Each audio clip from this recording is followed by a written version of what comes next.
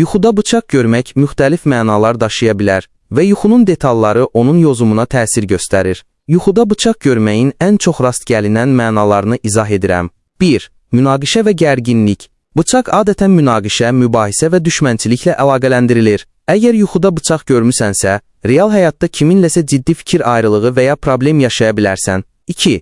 Qərar vermə və kəskin dəyişikliklər. Bıçaq həm də bir şeyləri kəsmək və ya ayırmaq anlamına gəlir. Bu, həyatında mühüm bir qərar vermək və ya nəyisə geridə qoymaq istədiyini göstərə bilər. Əgər bıçaq iti və parlaqdırsa, qərarın dəqiq və doğru ola bilər. 3. Xəyanət və zərbə almaq. Əgər yuxuda kimsə sənə bıçaqla hücum edirsə və ya arxadan bıçaqlanırsansa, bu, xəyanət və ya arxandan iş çevirən insanların olduğunu göstərə bilər. Belə yuxular səni ətrafındakı insanlara qarşı daha diqqətli olmağa çağırır. 4.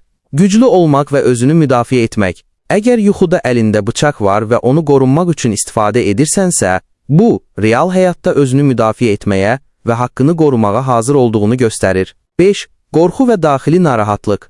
Bıçaq bəzən insanın daxili qorxularını və narahatlıqlarını da simvolizə edə bilər. Əgər yuxuda bıçaqdan qorxursansa, bu, real həyatda hansısa təhlükədən və ya itkidən çəkinməyinə işarə edə bilər. 6. Ölüm və sonlanma.